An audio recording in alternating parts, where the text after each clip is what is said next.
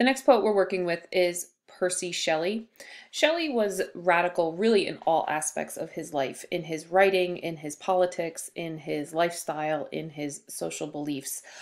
He was very close with many of the era's most progressive and most radical thinkers. Like I said, for example, in the Byron screencast, Percy eventually married Mary Godwin, who was the daughter of Mary Wollstonecraft and William Godwin, who were very progressive, radical thinkers for their time.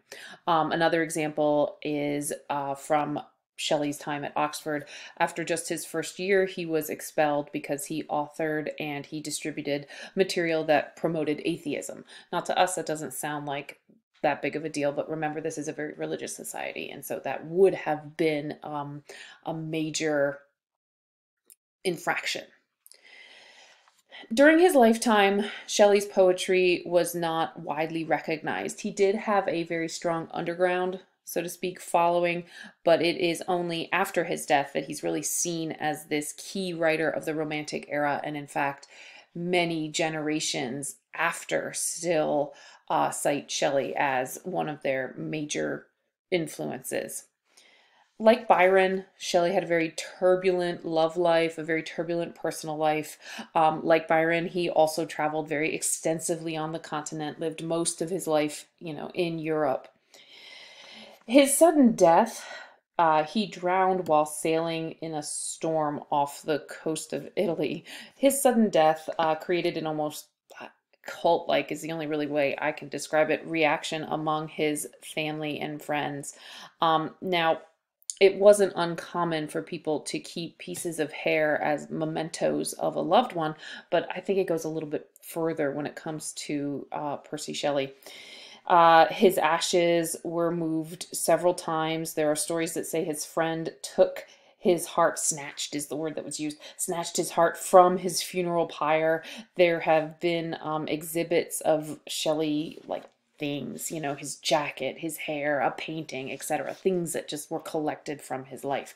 I'll have links on the supplemental resources pages for you to take a look at some of those if you're interested. Now, again, Shelley has many longer poems. He wrote Prometheus Unbound, if that's a title that's familiar to you, but we're working really just with one. We're working with Ozymandias, and this is honestly Shelley's most accessible work. So Ozymandias was written likely as part of a friendly writing competition. Each poet would write a sonnet on the same topic against a clock. This was likely inspired by the artifacts that were coming out of Egypt, acquired by the British Museum. That would have been huge news. Shelley would have been aware of all of that. Even if he were living on the continent, he still would have known about it. And so that's likely what inspired this poem. Again, like I've done, I'll read through it and then take you through a brief explanation of it. I met a traveler from an antique land who said, "Two vast and trunkless legs of stone stand in the desert.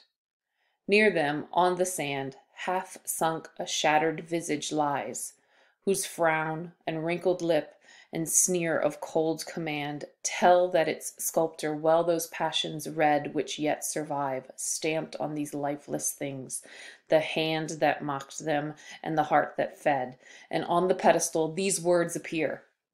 My name is Ozymandias, King of Kings. Look on my works, ye mighty, and despair. Nothing beside remains. Round the decay of that colossal wreck, boundless and bare, the lone and level sands stretch far away." Okay, so in this poem, I think it's important to pay attention here to narrative structure.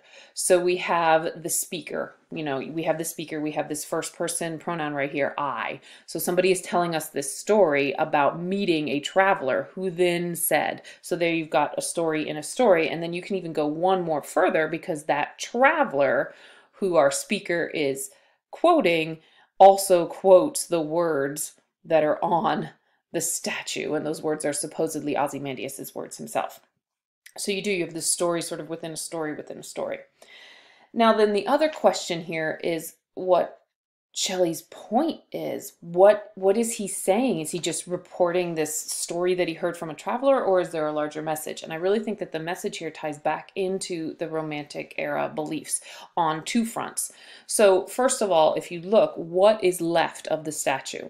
We've got some legs, and then we have the face. The visage is another word for face. So we have the face that is left, right? And if you look at the face, you can see what kind of a leader Ozymandias was.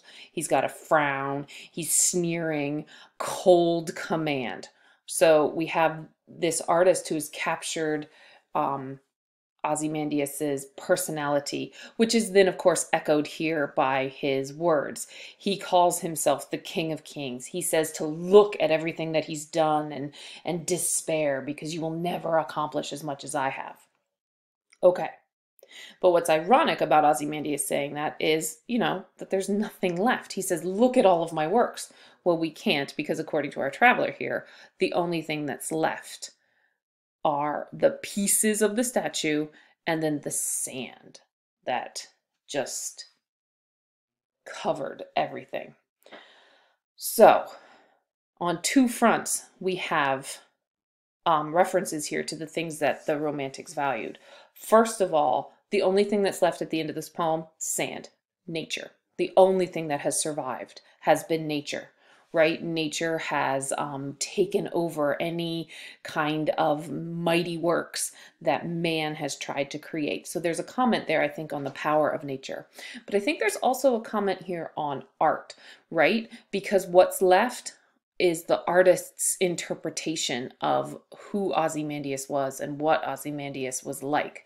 And so we have the survival here, not only of art, but of the artist's expression of emotion, right? That's what he's expressing, this cold command, this sneer, this wrinkled lip, this sort of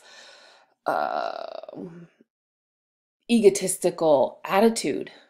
So the art has survived and the emotion has survived, but none of the things that man created, all of these mighty works, none of the things that man has created have actually survived. So it's this idea of the survival of creativity, but the transience, the fleeting nature of tyranny and power.